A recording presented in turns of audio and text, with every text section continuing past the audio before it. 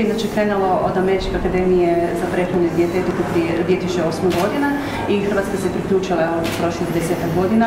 Prošle godine smo obilježili u Kliničkom bolničkom centru Zagreb, a danas nam je jako čast i zadovoljstvo da možemo biti u Hrvatskom saboru zahvaljujući akademiku Reineru. Educirat ćemo saborski zastupnike, ali isto tako djelatnike Sabora o važnosti pravilne prehrane i mjerit ćemo analizirati sastav tijela, znači to na osnovu naših vaga koji su radi na osnovu bioimpedance, znači mjere udio masnog tkiva, izračunava indeks tjelesne mase, ukupni udio masnoće, udio predviđenu mišićnu masu, udio vode i općenito sastav tijela. Partom sa moždanim udarom i tako dalje, nažalost činjenica je da u jednoj velikoj studiji u kojoj smo mi sudjelovali je ispalo da smo mi, su naši bolesnici koji su to preživjeli najdetniji, što naravno nije dobro.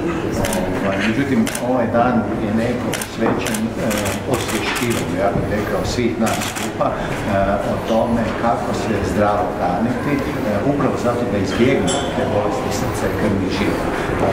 Svi mi teorijski to znamo, svugdje to piše u medijima, isto spominjete i tako dalje, da treba jesti više voća, da treba jesti više povrća, da treba jesti manje životinjskih masnoća i tako dalje. Međutim, u stvarnom životu rijetko to primjenjujemo.